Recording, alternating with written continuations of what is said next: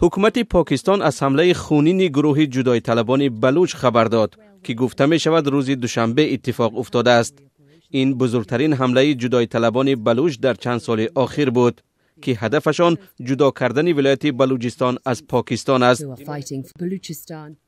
بلوچستان در جنوب غرب پاکستان منطقه غنی از ثروت‌های طبیعی جایگیر است که اکثر کانهای آن را چین کارکرد می‌کند.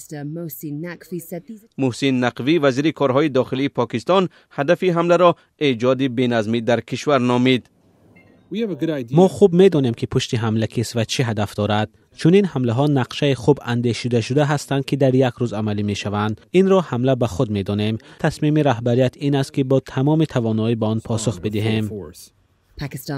نظامیان پاکستانی گفتند که در حمله به قطارها و اتوبوس‌ها 14 سرباز و 21 جنگجو کشته شده است. مقامات بلوچستان خبر دادند که 40 تن از ساکنان محلی نیز جان باختند. ارتش آزادی بخش بلوچ گفته است حمله کاری آنها بود. این گروه ادعا کرده است که پیامدهای حمله‌اش بیشتر از آن است که حکومت میگوید. شهباز شریف سروزیر پاکستان وعده انتقام داد و گفت که حملگران در نزد قانون جواب میدهند.